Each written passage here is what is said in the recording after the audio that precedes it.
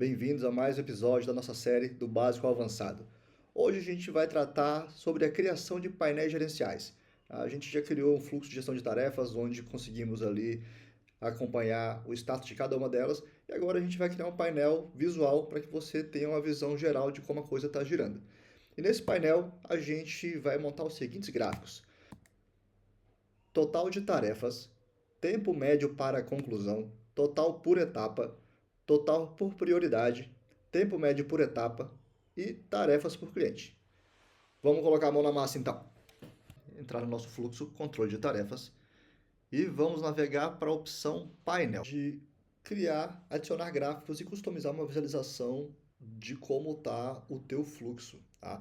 E ele funciona da seguinte forma, basicamente adicionando elementos. Aqui a gente tem essas opções de elementos, que podem ser do tipo de gráficos, são esses aqui, gráficos de colunas, de barras, pizza ou funil, de números, onde você pode usar um indicador, ou você pode embedar também aqui algum elemento externo. Então, mas na prática a gente vai usar basicamente esses 5 elementos para compor o nosso dashboard desse fluxo, tá? Então, o que estava projetado como primeiro elemento era um contador de tarefas, então a gente vai usar o elemento do tipo indicador, e aqui, por padrão, ele já vem como contador de cartões, tá? Vou salvar, e ele já plota no nosso painel o nosso primeiro elemento, que é o indicador com total de tarefas. O próximo elemento previsto para o nosso painel é um contador de tempo médio de execução. Então, eu vou adicionar um elemento também do tipo indicador e vou pedir para que ele conte o tempo para a conclusão. Aqui você pode predefinir para que ele apresente isso como uma soma de todos os valores, uma média, mínimo ou máximo. No nosso caso, vai ser uma média. E eu também posso predefinir o padrão de exibição do tempo, se eu quero isso em dias, horas, minutos e segundos. Conforme você vai alterando, ele vai aqui já dando uma prévia de como ele vai ser apresentado. No nosso caso, eu vou manter o padrão de dias. Vou salvar, aqui está o nosso elemento, e eu vou posicionar ao lado do total de tarefas. Vou estender também para ficar com o mesmo tamanho. E vou colocar aqui o nome como tempo médio para conclusão. Agora, o próximo elemento a ser adicionado é um contador de tarefas por etapa. E para isso a gente vai usar um gráfico de pizza. Ele já traz para mim aqui plotado, utilizando como referência o campo etapas.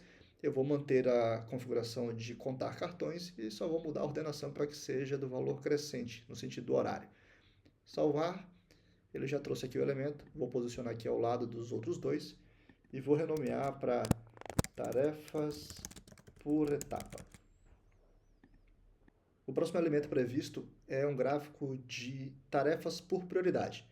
E para representar isso em gráfico, eu vou manter aqui o gráfico de pizza e vou pedir para ele trazer aqui para mim o campo do fluxo prioridade.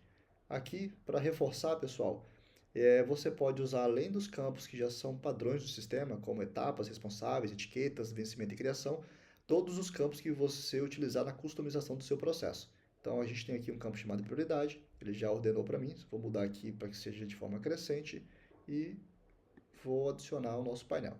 Tá aqui o item, vou renomear agora para tarefas por prioridade. Agora a gente vai adicionar um gráfico para apresentar o tempo médio de conclusão de atividades por etapa. Para isso a gente vai usar um gráfico de barras e eu vou manter aqui o campo como etapas, mas ao invés de contar cartões, eu vou alterar para a opção tempo para conclusão. Mesmo mecanismo daquele outro que a gente fez, só que agora eu vou trazer isso por etapa e não só o geral, tá? Vou manter a ideia de ser em média, em dias, e esse cara vai ser na cor roxa. Salvar. Tá aqui, eu só vou reposicionar para ficar ao lado das tarefas por prioridade. Então, eu vou colocar aqui tempo médio por etapa. E por último, a gente vai adicionar um gráfico de atividades por cliente. Então, eu vou usar aqui um gráfico de colunas. Eu quero aqui que ao invés da etapa, ele use o cliente, contar cartões, e vou botar esse cara na cor verde. Aqui eu vou aumentar ele para preencher todo o espaço do final do painel.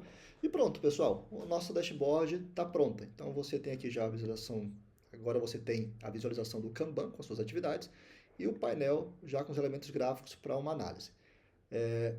Um ponto importante, aqui você pode também adicionar filtros, ordenação para cada um desses gráficos, tá? Você pode mudar um filtro de período, por exemplo, porque aqui a princípio ele está empilhando todos os dados de todo o período de vida desse processo. Se você quiser saber o resultado de um mês, de uma semana, você filtra pela data, o período específico, e ele vai apresentar para você. Um ponto importante aqui que a gente vai precisar trabalhar, e isso vai ficar para a próxima aula, tá? Se vocês perceberem, para cada cliente eu tenho uma tarefa só, mas olha só, eu tenho aqui um cliente que eu escrevi Coca-Cola, o outro Coca-Cola, no outro Coca, e ele acabou lançando uma atividade para cada um. Por que disso? No nosso Kanban, quando eu vou adicionar uma tarefa, o campo cliente é texto livre. Então, o sistema não tem nenhum elemento que possibilite o agrupamento dessa informação, além de dar margem para erro. Como eu tenho aqui no exemplo, eu tenho o cliente escrito de várias formas diferentes e com isso o sistema não vai se achar. Então, na próxima aula, a gente vai aprender a fazer um cadastro de clientes e esse cara vai ser utilizado aqui pelo controle de tarefas e no futuro a gente vai montar um funil de vendas que vai alimentar esse cadastro que vai ser consumido depois pelo controle de tarefas. Beleza? Pessoal, muito obrigado, espero que tenham gostado. Mais uma vez, reforço para se inscreverem no canal, ativar o sininho para receber as notificações e usem a seção de comentários para poder nos ajudar a criar as próximas aulas. Obrigado e até a próxima.